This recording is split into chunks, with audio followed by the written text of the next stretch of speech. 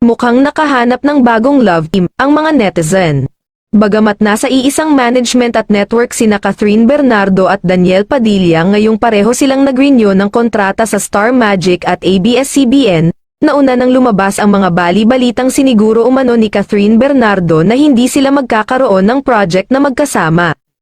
Marami sa mga fans ng aktor ang naghahanap ng female actress na babagay sa angking karisma ni Daniel Padilla. Isang sosyal na aktres at medyo bad boy aktor ang bet ng mga netizens. Isa sa mga napupusuan ng mga netizens na maging panibagong leading lady ni Daniel Padilla ay walang iba kundi si Atasha Mulak. Marami sa mga netizens at mga fans ni Daniel Padilla ang nagsasabing bagay na maging magkapareha ang dalawa. Perfect combination umano ang dalawa. Matatandaan na nauna nang inamin noon ni Atasha Mulak na pangarap niyang gampanan ang karakter na si Jezebel na ginampanan na rin ng kanyang ina noon.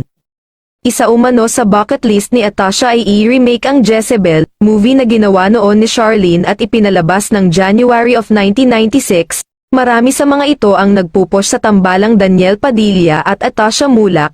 Sa katunayan may ilang mga fans ang gumagawa na ng Facebook para sa kanilang love team, gayong hindi pa naman ito opisyal at hindi pa napag-uusapan.